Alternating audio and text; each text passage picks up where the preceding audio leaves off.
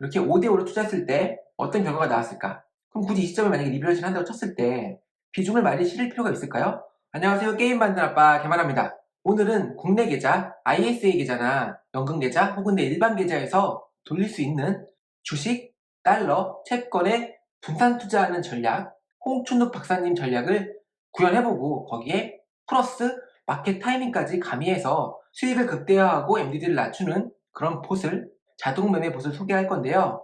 일단 홍춘욱 박사님 책 돈의 역사는 되풀이된다. 돈의 흐름에 올라타라 두 권 추천을 드리고요. 또 유튜브도 운영을 하고 계시죠. 그래서 유튜브를 보면 핵심 전략이 이거더라고요. 한국 주식과 미국 채권에 분산 투자해라.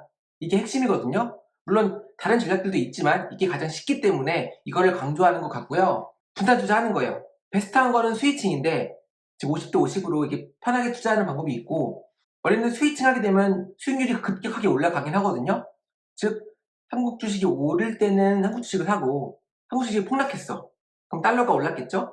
그때쯤에 채권을 미리 사둬가지고 채권의 수익을 즐기다가 그다음 환율이 떨어지고 채권 시장이 떨어지면 이걸 팔아서 환차익을 얻고 이미 떨어진 값싼 한국 주식을 줍줍해서 또 한국 주식이 오를 때 수익을 즐기고. 근데 이런 스위칭 전략은 내가 시점을 알아야 되죠. 마켓 타이밍을 맞춰야 되는 거잖아요. 어렵죠.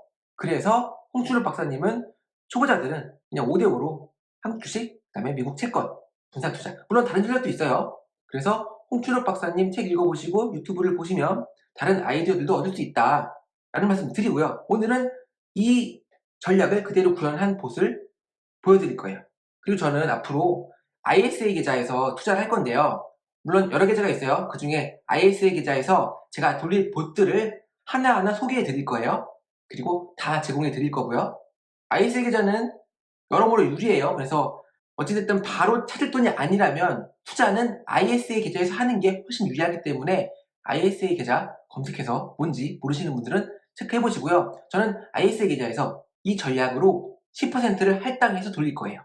나머지 90%는 더 많은 전략들이 있어요. 그래서 그거는 차차 제 영상을 보시면 되고 일단은 저는 이 전략에 10%를 투자하기로 결정했다.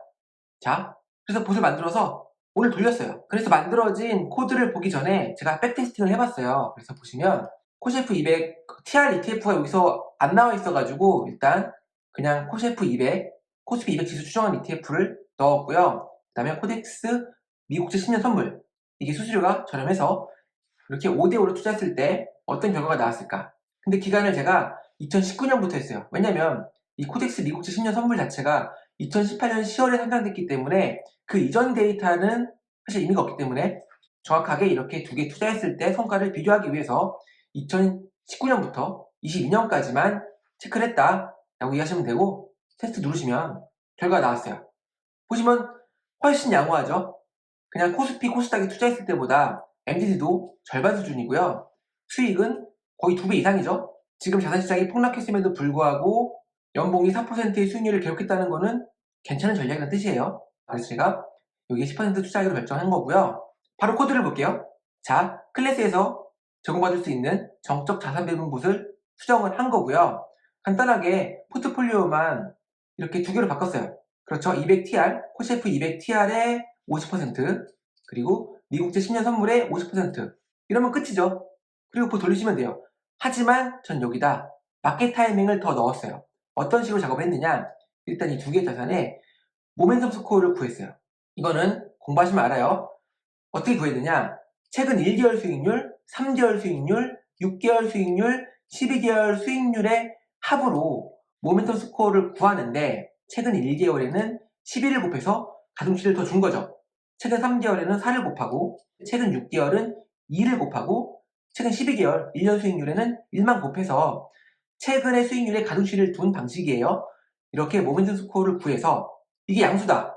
그러면 10%를 플러스 해줘요. 음수다? 10%를 빼줍니다. 여기 써있죠? 모멘텀 스코어가 음수라 마이너스 10% 감산.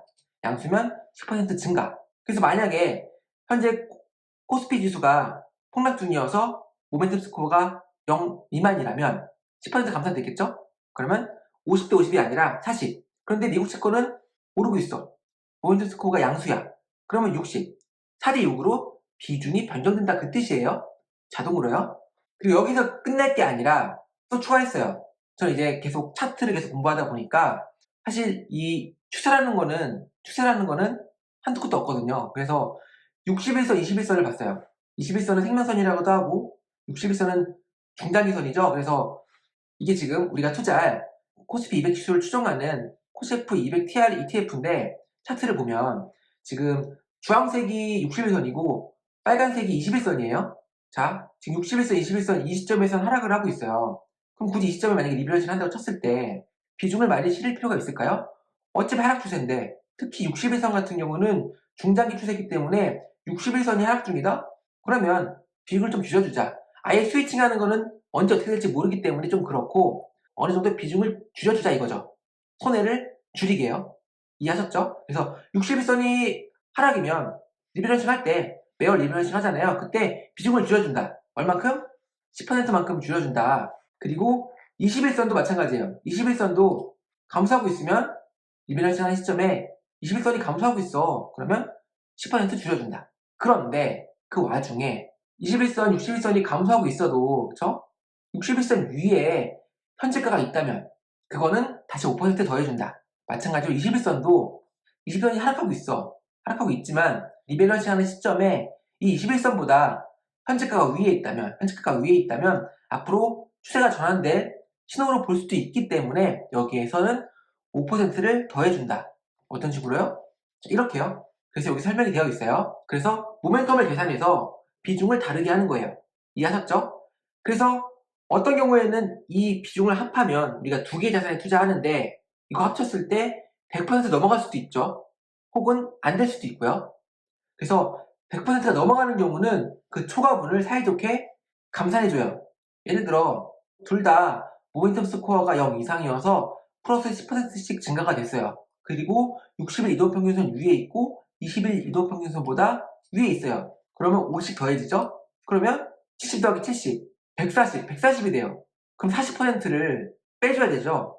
그래서 그 초과분 40을 반으로 나누면 20, 20이죠. 그래서 20, 20을 빼주는 거예요. 그럼 결과적으로는 50, 50이 되는 거죠. 이해하셨죠?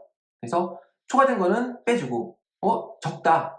그럼 남은 거예요. 예를 들어 둘 다 상태가 안 좋아서 다 감산만 됐어. 원래는 50대 50이어야 되는데 20대 20이 될 수도 있는 거죠. 그러면 나머지 30, 30 합해서 60은 남아 도는 비중이 되는 거죠. 그 비중을 여기에 저장을 해줘요. 지금 세이브 플러스 D라는 거는 위에 보시면 따로 파일로 저장되는 부분이에요. 그래서 이 비중은 나중에 제가 안전자산 유니버스에 추가를 할 거예요. 안전자산 유니버스는 뭐냐? 안전자산들만 모아놓은 거예요. 그래서 여기 투자하면 안전하다. 근데 이 중에 수익률이 가장 좋을 것 같은 것만 분산 투자할 거거든요.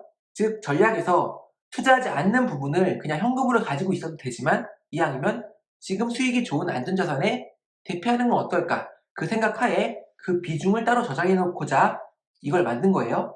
그래서 이렇게 저장해 주는 거죠. 나머지는 똑같습니다. 나머지는 자동으로 매수 하는 거예요. 실제로 돌려보면 백문이 불여일견이죠.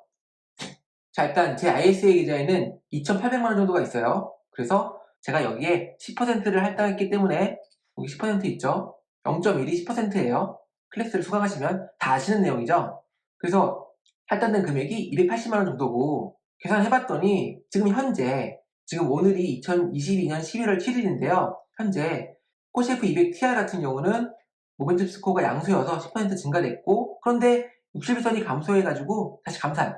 그런데 현재가가 61선, 21선 위에 있어가지고 5%씩 증가시켜줬다. 그리고 코덱스 리프트 10년 선물은 모멘텀 스코어가 음수여서 10% 감산했고 61선, 21선이 감소하고 있어서 10% 감산했다.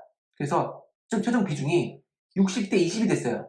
즉 한국 주식에 60, 미국 국채에 20을 투자했다는 거죠. 지금 현재. 그리고 나머지 20% 수량이 남는 거죠. 60 더하기 20은 80이잖아요. 20이 남았어요. 이거는 현금 부여하거나 아니면 나중에 제가 만들 안전자산 유니버스에 추가해서 안전자산에 투자한다. 이렇게 이해하시면 돼요. 그래서 실제로 비중 60% 그리고 여기 19.7% 칼같이는 못 지키죠. 20%를. 왜냐면 ETF 가격당 단가가 있으니까요. 그리고 이거를 매월 리밸런싱 하게끔 자동으로 리밸런싱 하게끔 크론 탭에 등록을 해서 아무 짓도 안 해도 이제 평생 동안 자동으로 리밸런싱이 되는 거죠. 그리고 지금 제가 보여드린 그 코드는 제가 아우트로 강의에서 마지막 챕터 2에 여기에 제가 추가해 놓을게요. 첨부 파일로요. 그래서 여러분들은 클래스를 수강하시고 14일 무료니까 이거 수강 안 할 이유가 없어요. 빨리 수강하세요. 그래서 여러분들은 앞으로 유튜브에 제가 제공해드리는 봇들은 이 아우트로 2번 강의에서 마지막 강의죠. 여기서 다운로드 하셔서 확인하시면 된다. 그리고 이거 어떻게 돌리지? 이런 것들은 앞에 다 나와 있어요. 다 보시면 돼요. 자, 지금까지 한국, 미국, 그 다음에 주식, 채권, 달러에 분산 투자하는 심플한 전략 구현을 그대로 해봤고요. 거기에 플러스 마켓 타이밍을 가미했어요.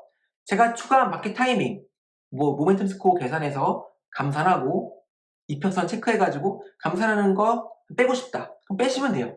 그러면 정석적으로 그냥 5대5 비중으로 매달 혹은 매년 리밸런싱 하면 되는 거죠. 자동으로. 리밸런싱 주기는 여러분들이 자유자재로 설정할 수 있어요. 그 역시 클래스에서 확인하시면 된다라는 말씀 드리고, 자, 좋아요랑 구독 부탁드리고 저는 다음 영상에서 뵙도록 하겠습니다. 감사합니다.